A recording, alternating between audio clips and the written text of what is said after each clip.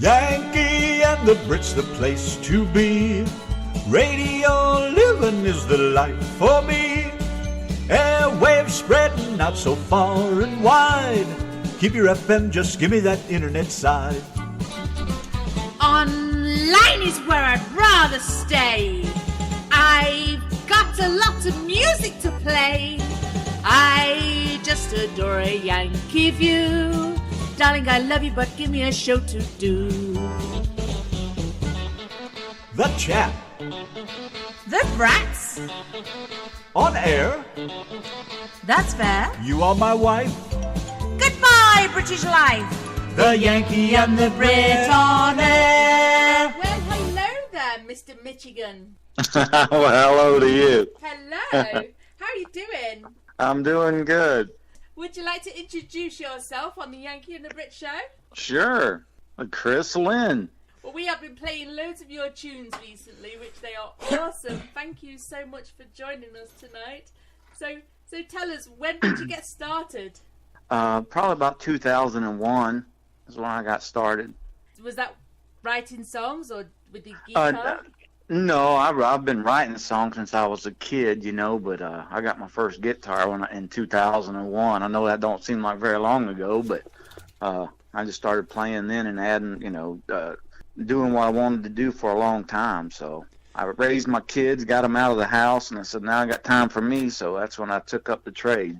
Now, how do you manage to have an accent like that, and you live in Michigan? It's very cool, isn't it? You just be quiet and let the man talk. Something's not right with this picture here. I am a Southern transplant. I kind of figured something to that effect. I've been all over this country, and I know that ain't no Michigan sportsman accent going on there. Well, you know what? I moved to Southern Michigan. That ain't far enough away from Ohio, but go on. So I wanted to keep it Southern no matter where I went, so I just went to Southern Michigan. I see. So Southern Ohio, Southern Pennsylvania, they all would have been in the South, so you'd have been all right. I'd still been good. I see how that works. Something a little bit shady about that, but okay. So do you remember what your first song was that you wrote? Do you remember what it was about? Yeah, my first song I wrote was actually called Buddy. And it's basically about a guy that sits down to dinner and he hears his wife's last words to him in his ear, and he just goes through the whole song talking about it, and at the end of it, you realize she's not there asking him the questions. It's just him remembering her asking the questions. So, yeah, wow. Buddy was my first tune. Wow, that sounds amazing. Do you have that in a recording anywhere? I do. I just have to find it somewhere. I'm sure I do have it somewhere. Yeah, send it over. I don't mean tonight, just send it over whenever. That'd be a cool song to play, yeah. So, have you always had like an interest in music? Oh yeah, when I was a kid, you know, I was raised in the 70s and the 80s, so it was always Leonard Skinner, Molly Hatchet, you name it, Southern Rockers. That's all I listened to. We had Bob Seger too, and we just grew up on all them guys. But when I was a smaller kid, and before I even knew how to drive a car, my dad's car would sit in the driveway, and he was a big Johnny Cash guy, and George Jones, and all the legends, and I would sit in his 77 Monte Carlo. Ooh. And it had 8-track in it. That's right. So I would sit behind the wheel pretending like I was driving it, but I was listening to Johnny Cash and Johnny Paycheck and all them boys. So it come back to get me in my later years. So, and I don't regret that one bit. I bet you thought you was the coolest kid on the planet. I sure did. I was pretending how I picked my girlfriend up and took her to the movie show and all that good stuff. And then Mom would call, hey, it's time for dinner. So I had to turn the car off and go inside. Dad got mad because I wasted so much gas. Oh, you had it running. Oh, yeah. I couldn't turn it unless the car was running. Oh, I see. I thought you was going to say he was yelling because you was running down the battery. No. I knew how to save the battery. I just couldn't turn it without the power steering working. Yeah, that makes it a little more real, don't it? Yeah, it does. So are you working on any songs at the moment? Oh, yeah, I'm always working on songs. I'm working on one that I'd done a while back but never finished it, Candy from Strangers. It's more along the line of Let the Cowgirl Drive. And I'm working on that one. I'm working on another one from Nancy from Dakota Records. And I've got a few. Yeah, I work a lot, so all my songs come to me at work. So I'm constantly writing. Like right now, I've got probably 30 sheets of paper scattered everywhere on my desk, and they're all different songs. Can we ask what you do? I'm an extruder tech in Manchester, Michigan. We make all your fluid lines that go underneath your car, and our company makes probably 90% of everything that goes on your car. We just make the fluid. We're the fluid division. Well, I hope you're not in QC, because I got a word for you. I am pretty tight with quality, so what do you got? What's the word? Suck it to him. Rust. No rust. We only have the rubber. We make the rubber. We extrude rubber hoses. All right. Yeah, well, then so, sun rot.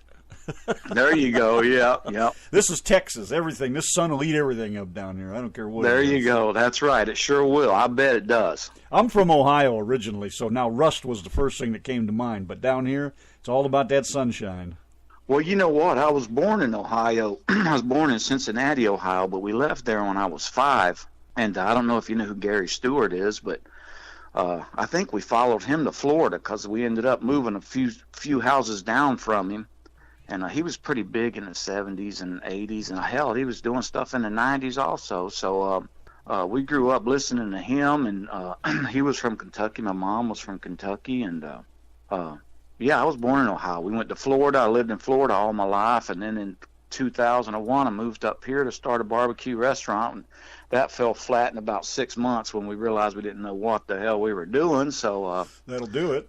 Yep, I had to go back to my trade that I was doing in Florida, which was extrusion, but it's got me through, so I can't complain. We have a listener in the chat, Don Schmidt. He wants to know what part of Michigan you're from. They live up there right on the Ohio-Michigan border. Well, that's where we're at. We're in Clinton, Michigan. We're probably about 20 minutes from Adrian, Michigan.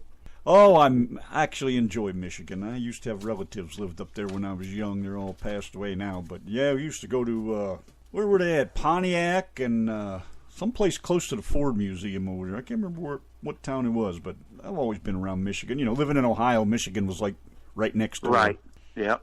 They're the same. Yeah, that in Pennsylvania. No, they're not the same.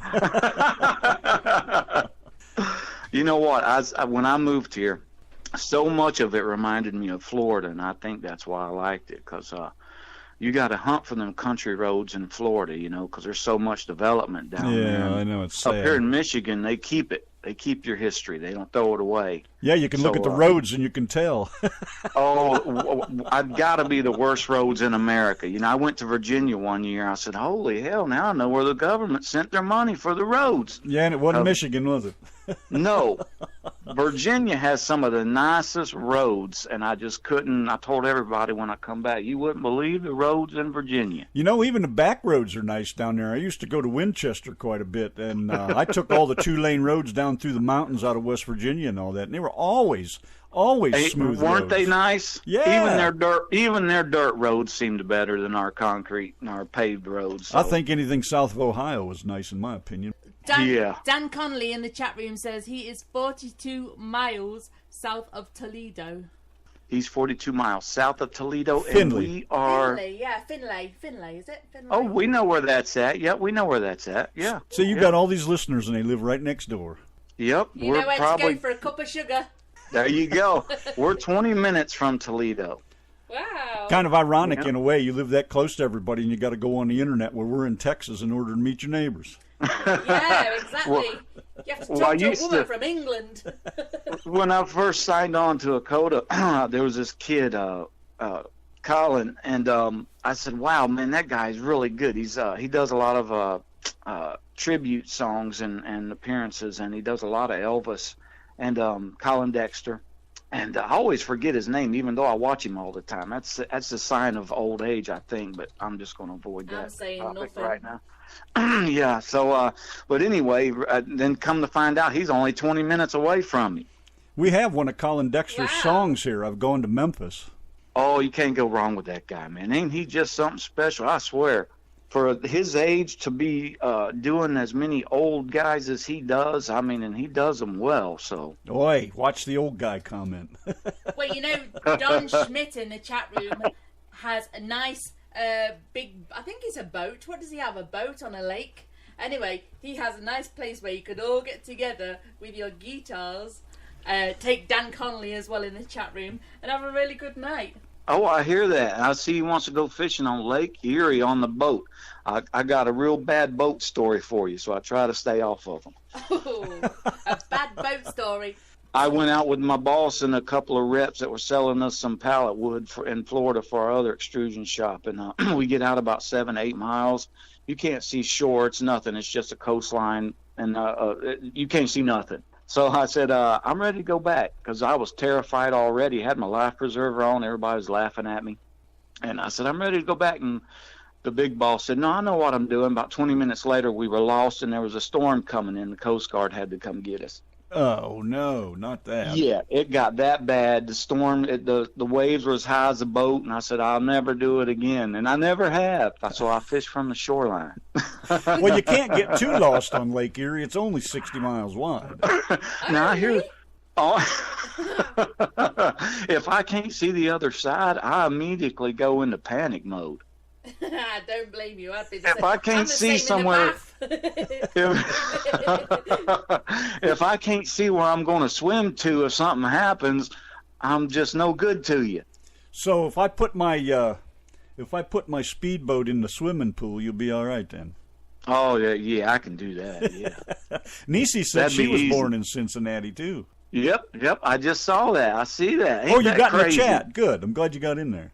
Well, Nisi said to ask if she keeps you up at night trying to write songs.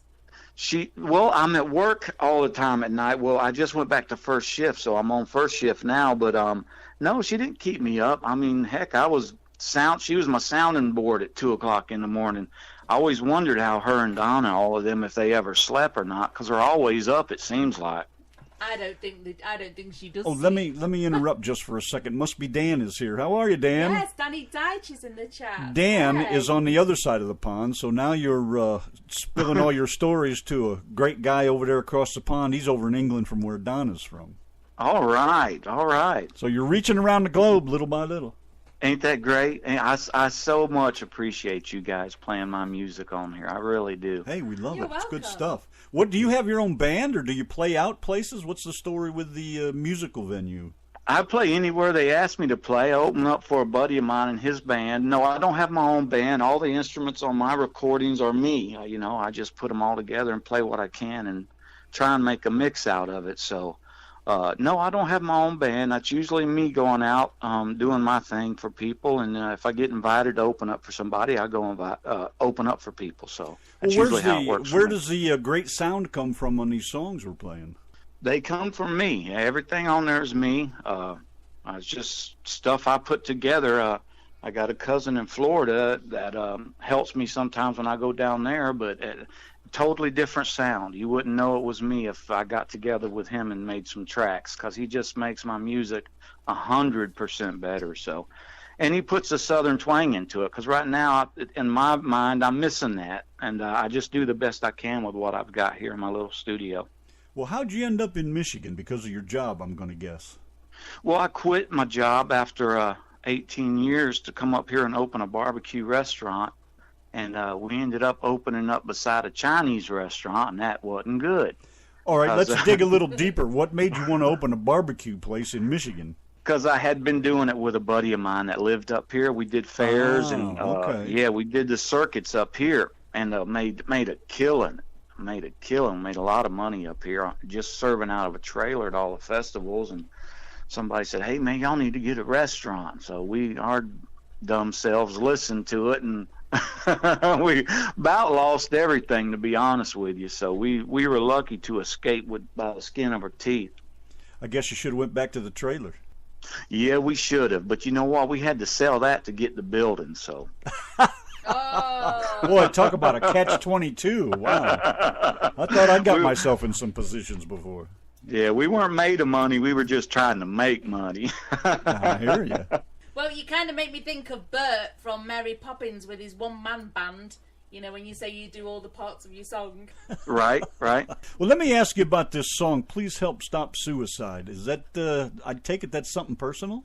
Yeah, that's from my granddaughter, Haley. Yeah, she committed suicide when she was 13. Just happened last year. So, Sorry. Yeah, that's for Haley. And the song was actually for me, I guess, because I was having a hard time dealing with it, and I didn't know what to do. So nothing like that ever happened to me before. And my daughter, she was going through a hard time, and I can only imagine what I would do if I lost my kids, you know. Yeah. So, oh, yeah. So I did it for me and her to let her know that, hey, I'm going through it too, just not as bad because you're her mommy. So I just wanted to put that out there for her, and hopefully it would help her, because it did help me. Sometimes they say the best way to get over something is to put it down on paper. So that's what I do. I just write until I get something I want, and then I just put music to it, and that's what comes out. And the song Riding It Out. That now a lot of times I tell people all my songs are from stories in my life. Well, Riding It Out has absolutely nothing to do with my life. It was just something that I was at work, and I'm walking the lines every 5 minutes. You're walking a line, you're checking gauges, you're checking pressures, you're checking vacuums, you're checking everything to make sure your hose stays the right size. So every time you take a walk, what are you doing? You're thinking while you're looking. So songs come to me left and right at work. I've got 100 songs I write at work. Now, if you was to lose this job you got right now, you're going to be able to write a song? Well, sure, yeah. I can write a song anywhere, but I'm at work most of my life, so that just seems to be where it happens at. Yeah, I hear you. Hate to see you lose your job and lose your ability to write a song. Yeah, heck, knowing my luck, I'd lose that ability and go tone deaf, too. I don't know. Oh, okay. Oh, that'd be terrible. Jeez. Yeah, it would. You wouldn't know a G from an F. No, I wouldn't. Everybody tells me that when I capo my guitar and I go to play with somebody. They'll go, "What key are you playing in?" I said, "Well, it's a G, but it's capoed on the third fret." And they go, "Okay, I know what that is." So they just play along with me because they know more than I do. So I just capo it and tell them where I'm at, and they just follow along. There you go. That always works. And it seems to work out. So, when did you start singing? Professionally, or when you first went out in public and started singing? I didn't do that till probably 2007, 2008. Well, what made you all of a sudden decide to, start singing the songs that you were writing? Or did you just sing along with them as you were creating the songs, and then decided, hey, I'm going to actually sing them, in front of people? Yeah, that's exactly what happened. Yeah, a song would come to my head, and the funny part is I would do the song at work or anywhere. I could be in a car. My wife was in the car with me the other day. I said, give me a napkin. And she reaches in the glove box. I need a pen. So she gave me a pen. I wrote down a bunch of lyrics, and she said, is that how you do it? I said, that's exactly how I do it. And the song that Let the Cowgirl Drive come to me at the Walmart parking lot while she was in there getting groceries. And I wasn't going to do anything with the song. I was going to let Lynn have it because, to me, it sounded more like bro country, and I'm not really into that. No, I mean, to each his own. There's a lot of people out there. I mean, it sells right now, so I guess that's the way to go. So, to me, it was just real bro country, and so I only had a verse of it, and I was going to give it away. And then on the way to Walmart, the next two verses come to me in the chorus while I was driving down the road. I said, you know what? I guess I'm going to hold on to it. So and I guess your wife now knows what happened to the toilet roll after all these years. You keep writing on it. Oh, yeah. She thought I was possessed when you see the writing on the roll itself and not the paper.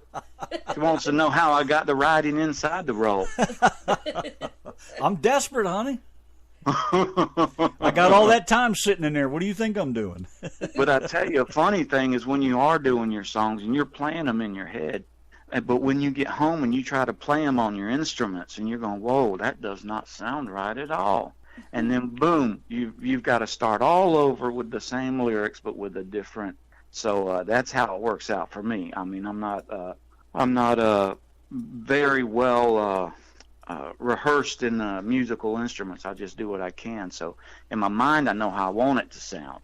But then when I get home and try to play it, that just don't sound right. It ain't. And I know it's me, because if it was anybody else in there, they could probably play it in a lick. But it's hard to explain to somebody how you want it to sound. It's your sound. Yeah, I can't even imagine trying to attempt that. It's hard. It's hard. I mean, like I said, I got a cousin in Florida, Joe, and he's just a Southern rocker. He don't do a lot of country, but he can make your country sound really good. So. I know that's the sound I like. I know when we try to sing them, we make them sound really bad. Hey, y'all did really good on them tunes the other night or last night. Oh, you was listening, huh? Yeah. Oh, yeah, that's right. You were there. Okay. Yes, y'all did really. I was kind of shocked.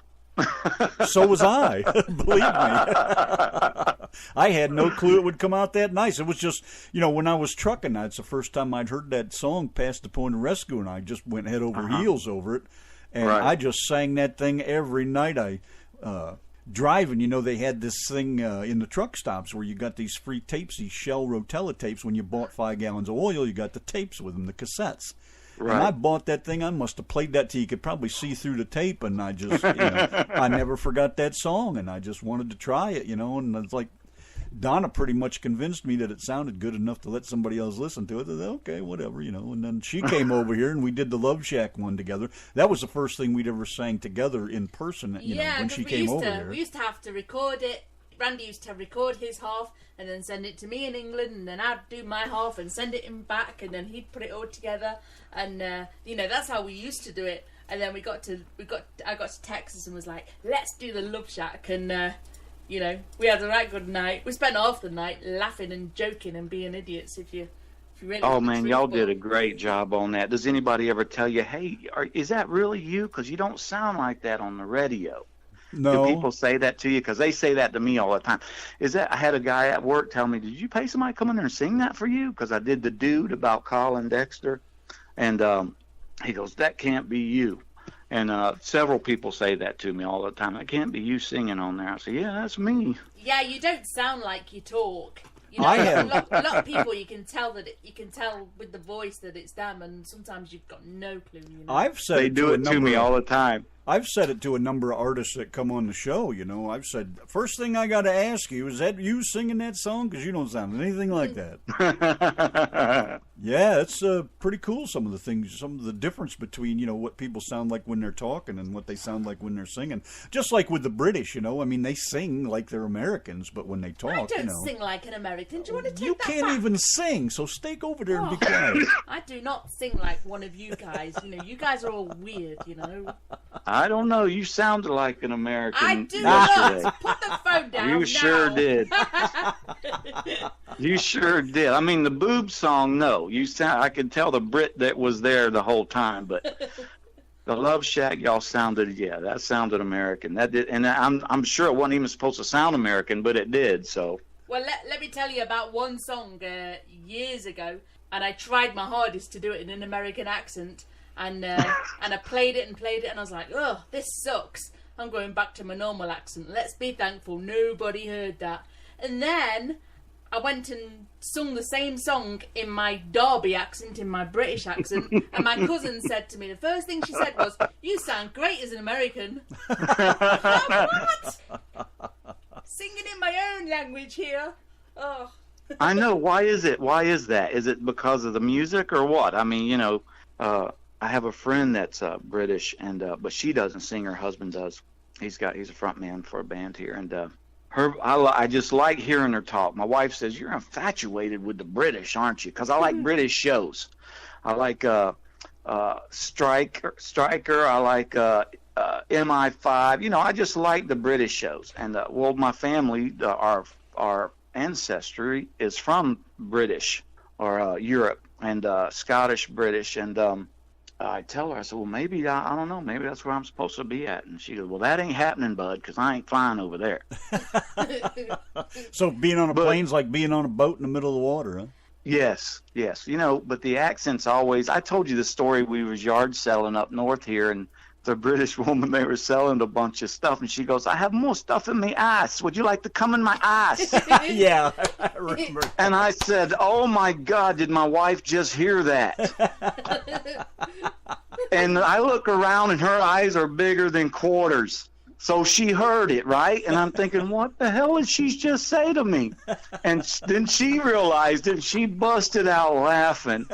And she goes, oh, let me rephrase. And it was, we all sat there and laughed for a good 20 minutes on it. It was hilarious. She must have been a novna.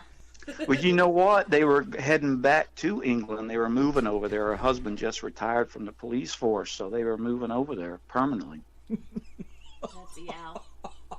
But I'm telling you, I couldn't get. And all the way home, I'm sitting there thinking. And every time I thought about it, I'd laugh my butt off. So we get to her. I laugh my ass off, and I get to the house, and I tell her mom the story, and her mom starts laughing. You know, it's just a funny, and I'll never forget it. I'll never forget it. It was just that funny how a Brit can make a house and an arse sound like the same word.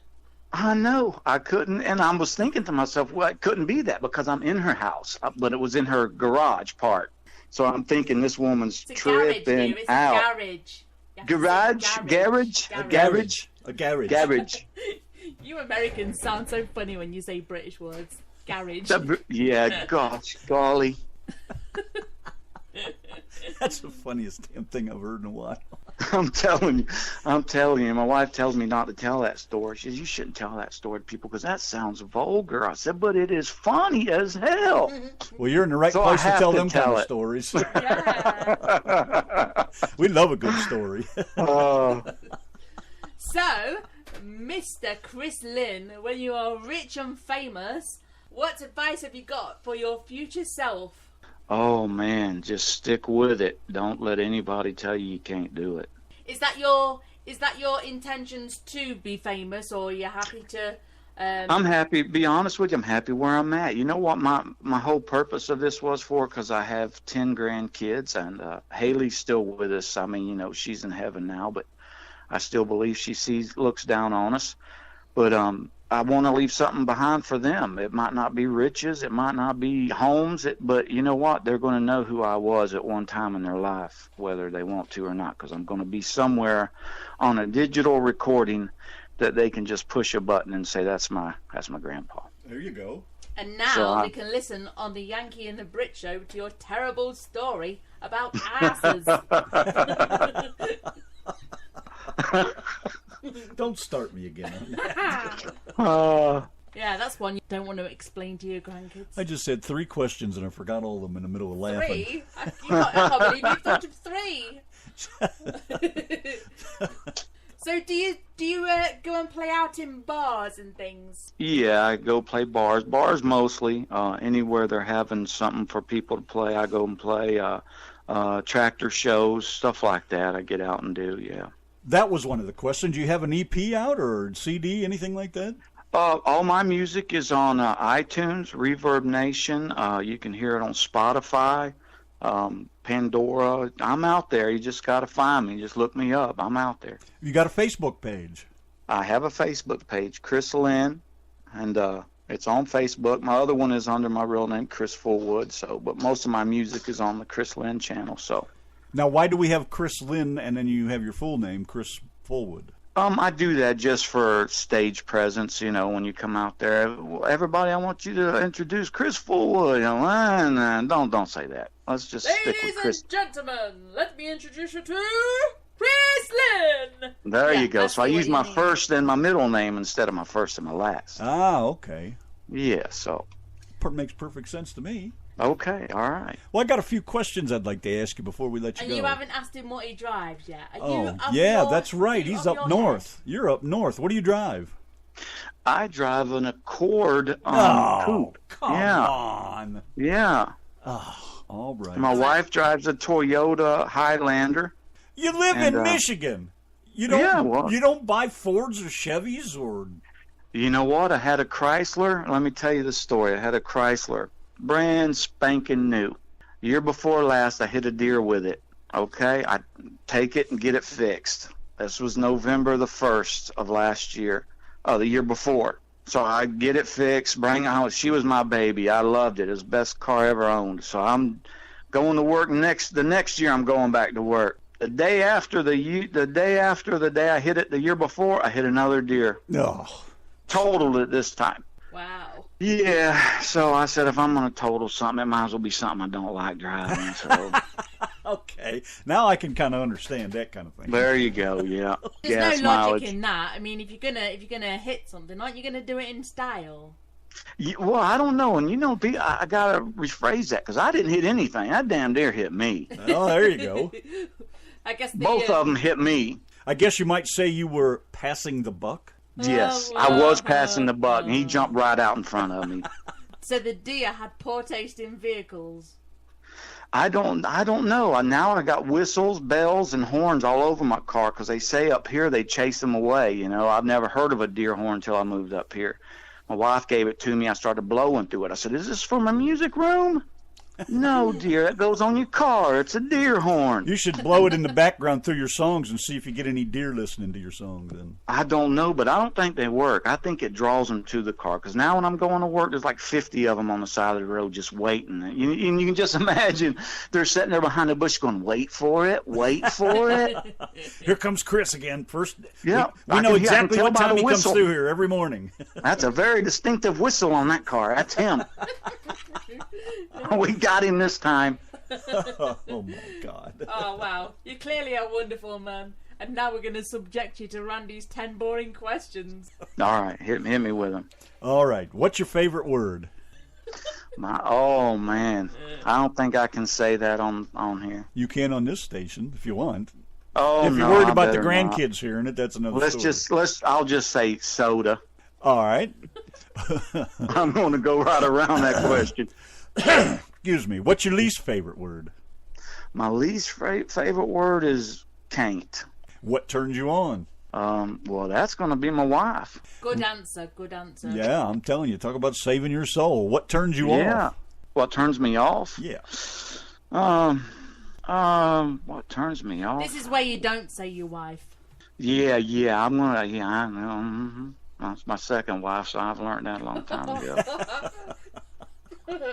What turns me off? I don't know. I guess nosy people. You know, I don't get in your stuff. You stay out of mine. I guess nosy people bother me. Turns me off. Couldn't agree more. What sound do you love? What sound? Oh, the steel guitar. What sound do you hate? Remember the Jim Carrey movie, Dumb and Dumber? Oh, The most annoying sound in the world? Yeah. Yeah, I hate that noise. I And can everybody agree. does it. I have never watched it because of that. It's terrible. The noise is terrible. So yeah, that's the most annoying. How does that sound. noise go? I'm not going to repeat it. You're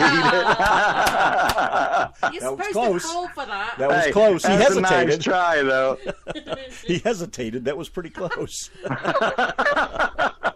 What's your favorite curse word? Damn. What profession, other than yours, whether it be music or in your trade you're in, would you like to attempt?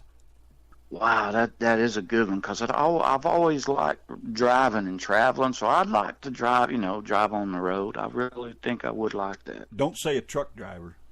No, I just said driving on the road. I don't Okay. care what it is. I'll Thank drive you. anything. Well, I drove for about 20 years, and that was, about 10 years ago, and I would never go back to it now. Right. See, so you're asking me something that I might want to attempt if I ain't had my job I got now. So You just like the deers. And Brenda in the chat room.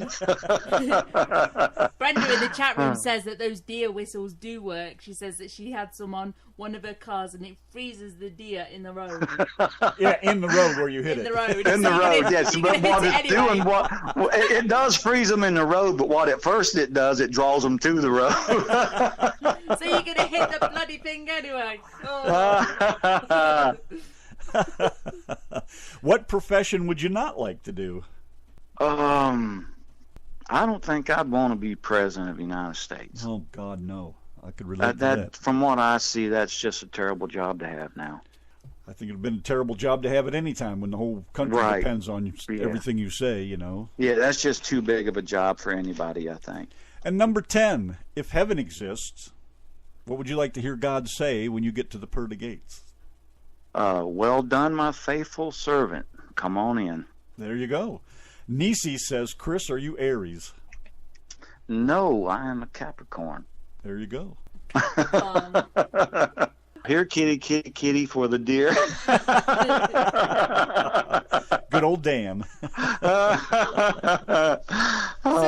So does this whistle have a noise, or is it one of those It's a silent whistles it's like a silent- dog's? It's a silent. Well, what they I have to put two on the car. One actually does whistle, the other one doesn't. One's a high pitch like a dog, like you said, but the other one does let off a pitch, and it's annoying as hell when you're riding down the road. Really? Are you talking about the quiet one? No, the one that blows real sound. I've That's never really heard one. loud. I've never heard one Yeah. that makes a sound. I've always had those. I tried them. I always heard. Yeah, well, apparently you got to pair them. You buy the pair, and the one does the hyper, and the other one does the regular. So, and you got to be at a certain amount of speed for it to actually do it. So I don't know if I'm going too fast because it's loud as hell. But the other one, surely it doesn't make any noise. But I'm telling you. And then a lot of people do say that, hey, man, I've got them on my car. They work great. And then other people say, you know what, I think they're just drawing them to the road. And that seems to be my luck. I'm drawing them to the road. What's the speed limit in Michigan now on the interstate? 70. What is it on the 7. 2-lane roads? Is it still 55? Yeah. It depends on if there's any houses on them 2-lane roads. If it's not, it's 60. And if there's houses, it's 55 and 50. So you did manage to get above 55 in a couple places.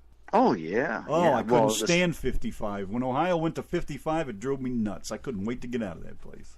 That was crazy because we would cross the line, and we're running 70 in Michigan. As soon as you cross the line, it drops down to 60 right there in Toledo. I don't know what it drops down to now, but you don't even realize you're flying through there, and they pull you over as soon as you get across the line. So Of course they do. Maybe they should fit these deer whistles on cars in Texas, so when they're flying around Dallas, they don't want to hear that noise, so they're going to slow down. Not here. That's logic for you. It's 70 here on the 2 lanes in a lot of places. There's a few that are 55, but most of them are 65.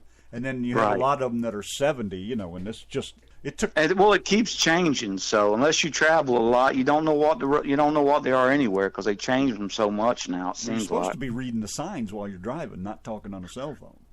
he sits there and talks to me. So I'm trying to block that out while I'm driving. So I'm distracted all the time. Signs aren't on my mind. That sounds like a good song right there. Signs aren't on my mind. I'll see what I can do. I got to work Monday. Oh, there you go. New song coming up. So if you could write a song about the Yankee and the Brit, what would you call it? Oh, wow. Let me see. The Yankee and the Brit. That's a bunch of shit. If I could just go on the Yankee and the Brit. I don't know. I'd have to say the Yankee and the Brit because that's a perfect title. It is. It is. We do, the song from Pinky and the Brains, the cartoon. We do Well, the Yankee and the Brit. One's a Yeah. genius, the other's a twit. It's insane. Oh, yeah. Yeah, that's our ringtone and... Yeah, and you know who the twit is. Excuse me? Who's the genius and who is the twit? I know which one I am. Yeah. Well, I tell you, me and my wife get into that all the time. I come home one day after work, she was wearing a hat that said genius on it. I said, who told you were a genius? She goes, it's Guinness, you dumbass. We know which one's the twit. There you go. And we know who the genius is. There you go. And we know who the Guinness is. You ever drink Guinness? No, I have not. No, I have not. Donna can tell you a story about drinking that. Yeah, it makes you poo black. If you have one in Ireland, it makes you poo black. That's true. No, That's true. I don't even want to know why it does that. Why would you want to drink something that's going to make you poo black? I don't know. I mean, I just heard about it. So when I went to Dublin, I was like, I really want to see. I gotta try it. Yeah, I want to see if my. I want to see my black poo. I gotta try it. I know, and then I go for a big turd, and I'm like standing there, like, whoa. See, that's the song right there. That's the song. I was on the Yankee and the Brit. We got to talking about the shit, and all I knew was all about black poo. So I mean, you can come up with some really good stuff with you guys. You realize after you get to work Monday and get squared away, you realize where your mind's going to start going. I'm going to go to Black Pooh and Guinness, too. Hey, I tell you, I was almost tempted to upload my download. Please. Nearly happened. Well, we have to say thank you for not doing that. Yes. Oh, jeez. What have I gotten myself into? I know, you married me. So, Chris Lynn. That's the silliest thing I've ever heard. Shut your face. Chris Lynn, where do you see yourself in 5 years? You asked him that already. I did not. Okay. We're actually trying to move back to Florida, so hopefully 5 years I'll be back in Florida. Now, is that where you're from originally? Can't be. I was born in Cincinnati, Ohio, but Right. I left there at 5 years old, so I've been in Florida my whole life. And most of my family's from Florida and Georgia, so my See, if accent he probably was comes from listening, the he would've Georgia known side. that. That's what I was thinking, because there's no Floridian accent going on. No, it travels with you wherever you go. Yeah, it's a little heavier than Florida would be. Yeah, it's a Georgia accent. Well, when you were talking about all the southern rock, I was thinking maybe you were somewhere between Louisiana and Mississippi or somewhere, Alabama, somewhere down that neck of the woods. No, we're in Florida and Georgia, going back and forth all the time. So Yeah, that's probably what it is. And we got all kinds of artists from Georgia. That's crazy. It must be quite a place down there. it really is. It's beautiful, man. You get a lot of good artists out of Georgia. Oh, I know it's beautiful. Man, I love driving through the forests and stuff down there when I was trucking. Oh, around. yeah. But, man, so many artists come out of Georgia. It's amazing. Donna Joe, all these great singers come out of that place. The Yeah, really yeah. put across in the UK is really, really stupid, though, from there. You know, where there was a programme I used to watch called America's Dumbest, and you could guarantee all the people were from Georgia, doing really, really stupid things. Were you putting your foot way down your throat? You need to shut I up. am. I was just telling you. Well, Brenda wants to know what part of Florida. So it's down by Port St. Lucie. Fort Pierce is where I was from. Fort Pierce, where Gary Stewart's from. Gary Stewart. Boy, you said that before, Nick. Yeah. Drinking thing. She's acting single. I'm drinking double. Empty glass. You name it. He's got a bunch of number ones out there from the 70s, but he was really big. Empty Glass, Out of Hand, Zodiac, is that it? Out of hand, yep. Out of Okay. hand. I just kind of did a quick search. All right. Name sounds familiar, but I just can't put it in any place in particular. Yep.